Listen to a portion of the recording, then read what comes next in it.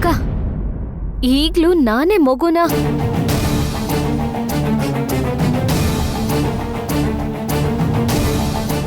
ನೀನ್ ನನ್ನನ್ನ ತುಂಬಾ ತಪ್ಪಾಗಿ ಅರ್ಥ ಮಾಡ್ಕೋತಾ ಇದ್ಯಾ.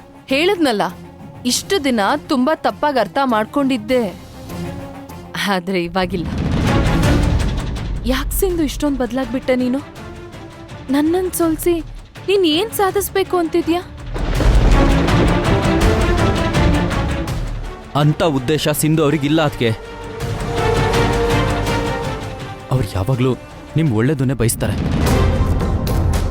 ವಿರಾಟ್, ನಮ್ಮ ಮಾತು ಭವನಿಗೆ ಯಾವತ್ತೂ ಅರ್ಥ ಆಗಲ್ಲ. ಬಂಡೆ ಮೇಲೆ ನೀರು ಸುರಿದ ಹಾಗೆ. ಅಣ್ಣ,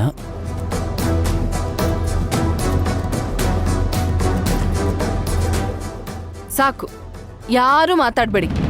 ನನಗ್ ಗೊತ್ತು ನೀವೆಲ್ಲ ಅವಳ ಕಡೆನೆ ಅಂತ.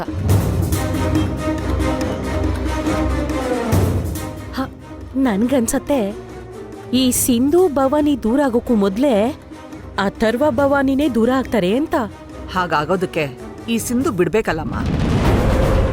ಭವಾನಿ ಸಿಂಧುಗೆ ಏನೇ ಅವಮಾನ ಮಾಡಿದ್ರು ಸಿಂಧುಗೆ ಅದು ತಾಕಲ್ಲ.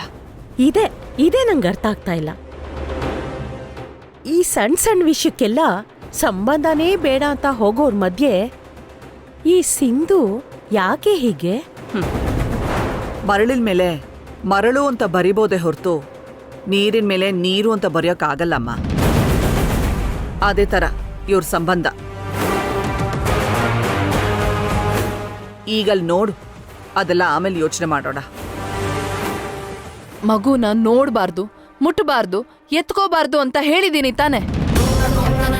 ನಿನ್ ಮಗುಗಾಕೋಸರನ ನಾನ್ ತಗೊಳ್ತೀನಿ ಅಂತ ಅದ್ ಹೇಗ್ ಅನ್ಕೊಂಡೆ ನೀನು?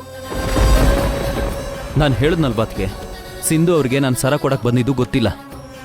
ವಾವ್ ವಿರಾಟ್, ನಿಂತರ ಎಲ್ರೂ ಅವ್ರ ಹೆಂಡ್ತಿನ ವಹಿಸ್ಕೊಂಡ್ ಬಂದಿದ್ದಿದ್ರೆ ಇಷ್ಟೊತ್ತಿಗೆ ಅದೆಷ್ಟೋ ಸಂಸಾರಗಳು ಖುಷಿ ಖುಷಿಯಾಗಿ ನೆಮ್ಮದಿಯಾಗಿರ್ತಿದ್ವು. ಹೆಂಡತಿ ನೆಟ್ಗೆದ್ದಿದ್ರೆ ಎಲ್ಲ ಸರಿ ಇರ್ತಿತ್ತು.